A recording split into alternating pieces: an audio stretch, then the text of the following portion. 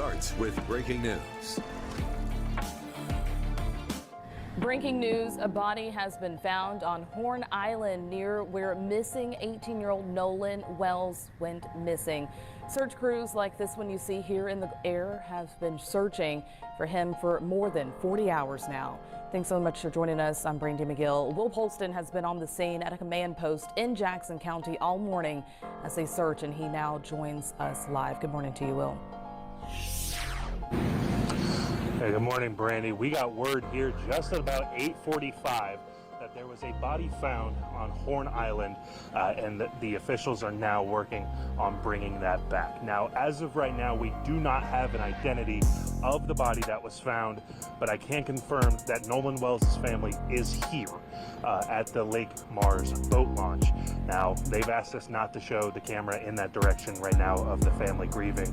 There is quite a bit of family and friends here from Nolan's family, but like I said, we do not have identity as of right now. Sheriff Ledbetter did confirm that a park ranger ended up finding the body that was found, and the coroner was here earlier and has since left. They left right at about 10 o'clock, just after 10 a.m., waiting on getting official confirmation on the identity, cause of death, and everything else in between. Of course, as we find out more information, we're going to be updating you on our website at WLOX.com. But as of right now, a really somber scene as the family all gathered around, hugging and trying to enjoy each other's company during a somber time. Again, still waiting to find out the official identification of the body found, though. Reporting live in Jackson County, Will Polston, WLOX News Now. Well, thank you so much for that. So Nolan Wells, he's also a football player at Southwest Mississippi Community College, SMCC, also putting out a statement asking their community to pray for his return. Very, very, very sad situation, man. You know, young brother loses his life. You know what I'm saying? Situations and circumstances like these, you know, with a lot of inconsistencies. You know what I'm saying? So let's go back, try to go back to the beginning of this situation. You know, here it is, 4th of July. You understand me? Independence Day. And you got a young kid, 18 years old, you know what I'm saying, wanting to go and kick it with so-called friends. You know what I'm saying? I say so-called friends because friends, real friends, wouldn't act so suspicious like these friends are acting. You see what I'm saying? So, you know, they go out to this island, Horn Island, you know what I'm saying, in Mississippi. You know, and Mississippi is notorious, you know, has a notorious history, you know, up from slavery and Reconstruction and, you know, the Civil Rights era and, you know, Jim Crow and all this right here. So, you know, these one of the southern states that are most notorious for lynchings and all types of heinous activities against black people, you know what I'm saying? So this is why, you know, this situation is so, you know, heartbreaking and so suspicious, you know what I'm saying? But in any case, you know, this young brother, he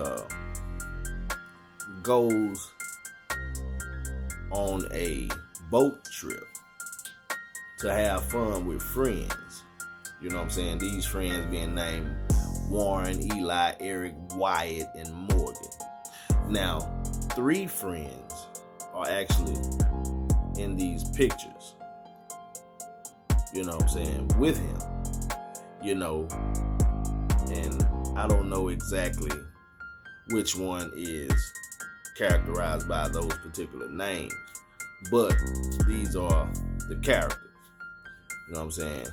And as you can see, you know, Nolan in the middle, right? So they go out here to have fun and do their thing, and then all of a sudden, 15 miles from land on this island, around this island, you got almost 200, 300 boats out here, people everywhere. You know what I'm saying? And all of a sudden, in the midst of this so-called fun activity, gatherings and stuff like that, you know, there's a altercation, right? Now this is some of the things that people feel like are being suppressed, but luckily someone, you know, got it on camera. You know what I'm saying? And it wasn't clear what was being said, but you can tell that some vulgar verbiage was being said as a result of what was going on in this altercation. But the attorney, the Crump guy, was able to find out, you know what I'm saying, what was actually being said, you know, and we're gonna get to that. But after this altercation, this is where the mystery begins to come into play, right? Testimony from these so-called friends say that you know, Nolan wanted to stay behind when they were ready to leave and go back, you understand me, to land where they come from. You know what I'm saying? He wanted to stay and talk to this woman named Katie, right? And Katie does say that, you know, they had a conversation, but her testimony is conflicting. She said that he left her and went back with his friends, right?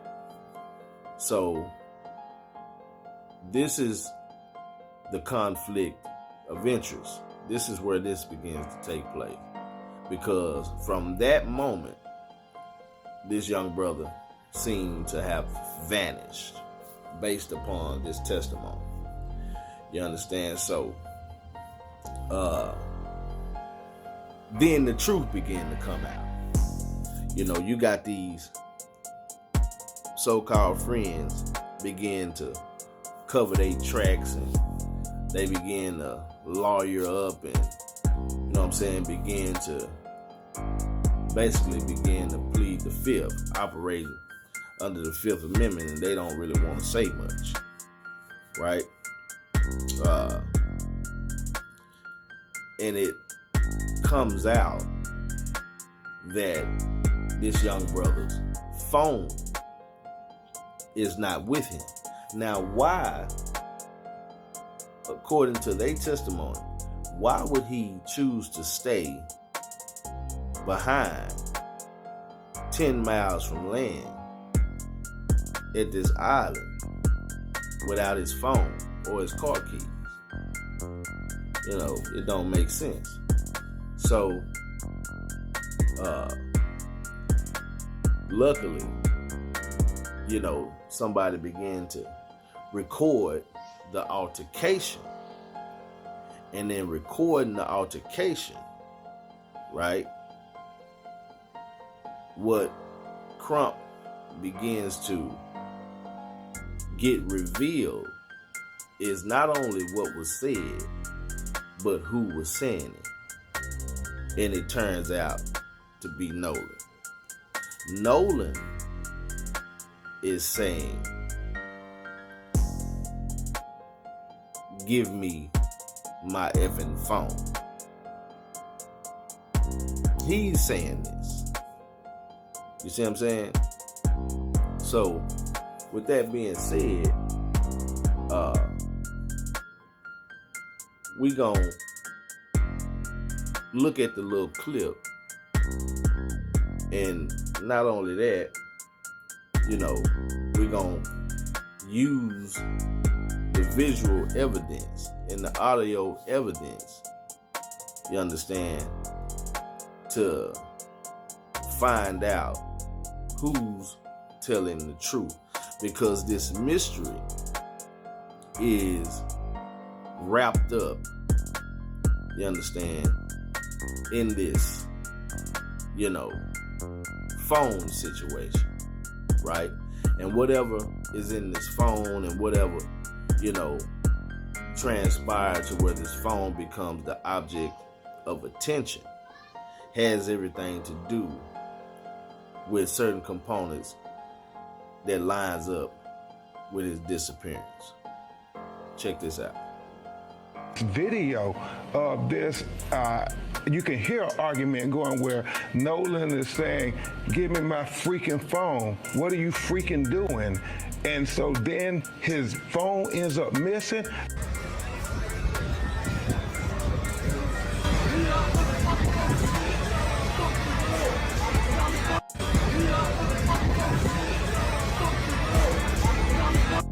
Now at this point, neither Nolan nor is his phone missing, but he's clearly having an altercation with somebody.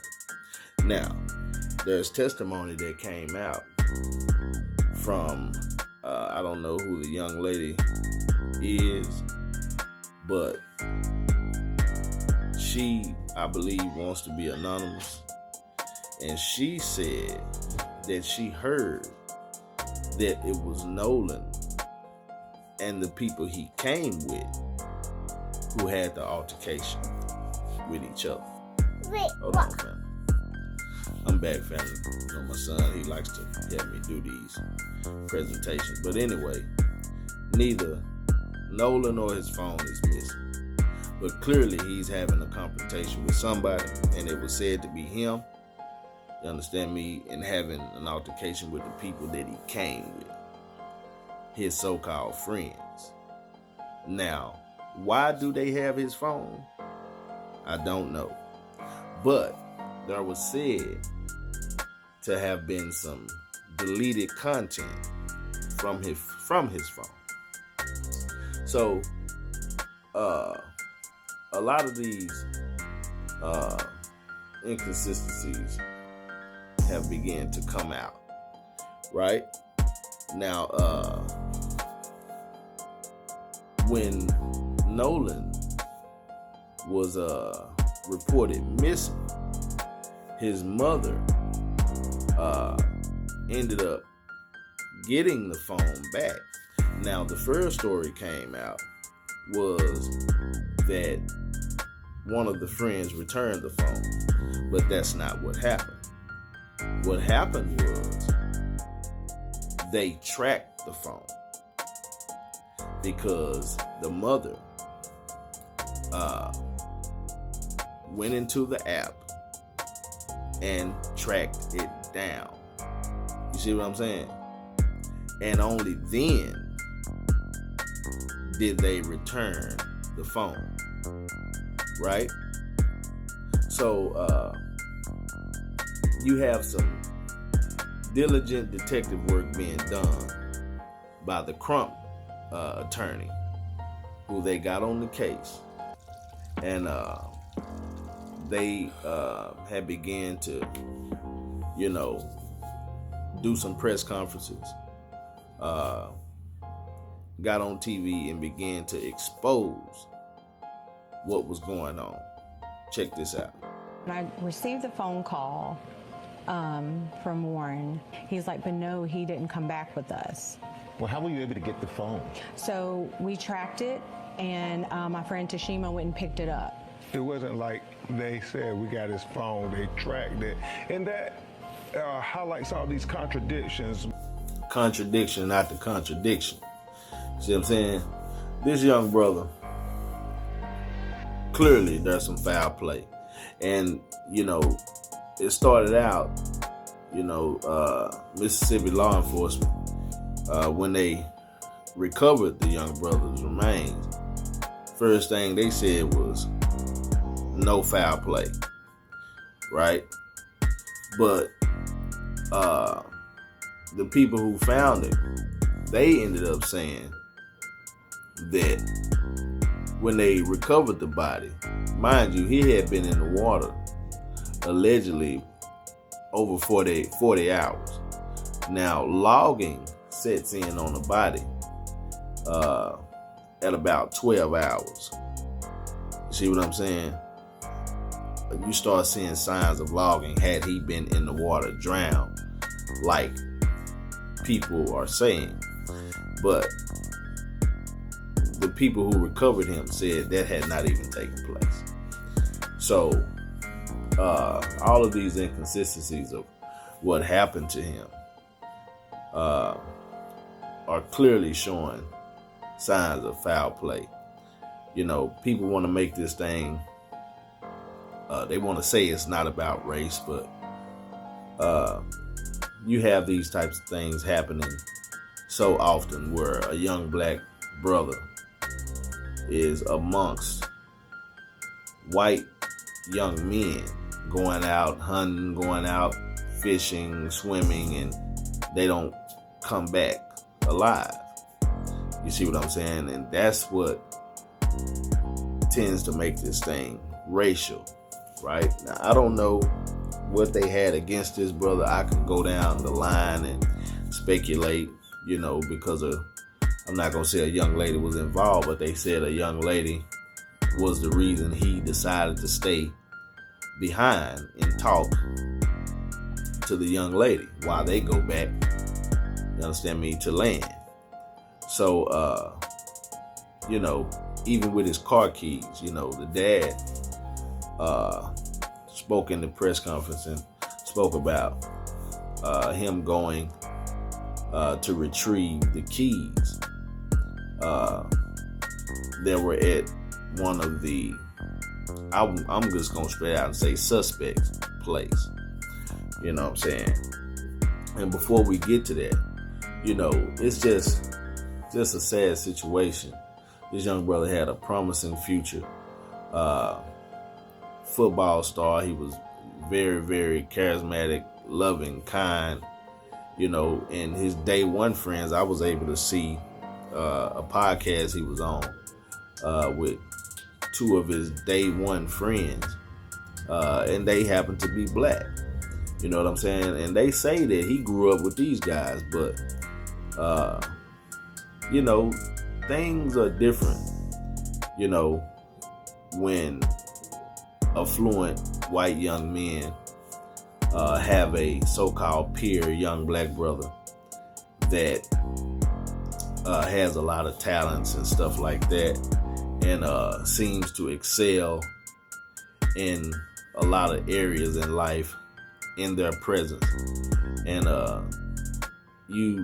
they experience a lot of envy and hate, and you know, the arrogance of some young men who are white and Caucasian. It tends to begin to show itself in tragic situations. You know what I'm saying? So, you know, I do not believe that this young brother, being athletic, having taken swimming lessons when he was young, strong, knows how to swim, just, you know, drowned. You know, I just don't see that happening, and it's too much of a cover-up. They done, you know, shut down their accounts, and when the phone was actually retrieved, you know, a lot of stuff was deleted out of the phone. You know, it's just a very weird situation, but I truly feel like, you know, these guys are going to be brought to justice very soon. But like I said, the father gave this testimony. His friends, they were already there. So the guy, he's in one of the pictures, he came out of the room, half asleep or whatever, I think Jack's or whatever. And I said, look, I'm Nolan's father. I'm here to get his keys so I can get his car. I said, he's like, his car was in the yard. His car's parked in the yard. So he was like, I don't know, man. Nolan's like my brother. I said, well, if Nolan was like your brother, would you please go in your room and see if you can find my son's keys so I can take his car home? He walks off, 2 or 3 minutes, come back. I can't find the keys. One of the guys that was in the house with us, he was on the phone with a girl, and the girl told him that Nolan's keys were on top of this Jack's guy's Xbox in the house, because apparently she was there with him earlier. So he goes back up to the door by himself, and 5 minutes later, the keys come out. 5 minutes later, the keys come out. All this lying, all this ducking and dodging, all this lawyering up, all this, this is my friend. But ain't nobody coming to testify and say, what really happened to this brother. Because it's foul play. There ain't nowhere around it. You know what I'm saying? Nobody who's innocent will be acting and operating like this. You see what I'm saying? And as black people, it's hard to trust, when even the authorities aren't putting these things together and making arrests. You see what I'm saying? Taking their precious time, and instead of law enforcement doing their due diligence to treat people like suspects. You know what I'm saying? The term in the law, innocent until proven guilty. It seems like that's only used when white people are guilty. But let the tables be the other way around. If them were 5 black men having went and took a white guy to an island, and then all of a sudden that white man come up missing, best believe all 5 of them is suspect off the rip. You see what I'm saying? And everything that they would have done that was suspicious would have been thoroughly investigated and interrogated. And charges would have been filed by now. It wouldn't have been no, we don't see any foul play. You understand? We believe these young men are telling the truth. No, it'd have been totally different. See what I'm saying? So, with that being said, it just comes with the territory. You know what I'm saying? It comes with the territory, But like I say, you try to be open-minded. You try to give people the benefit of the doubt. You know what I'm saying? But as black folks, experiencing things like this is hard to do. It's hard to do given the history of things that done happen to us under these types of circumstances, where people are lying and seeming to be covering their tracks and, clearly acting extremely suspicious and all these different things, But we gonna see. They done an independent autopsy. All of these things should be coming out shortly. And we gonna see if we get justice. Like this video, share this video, subscribe to the channel, man. We out.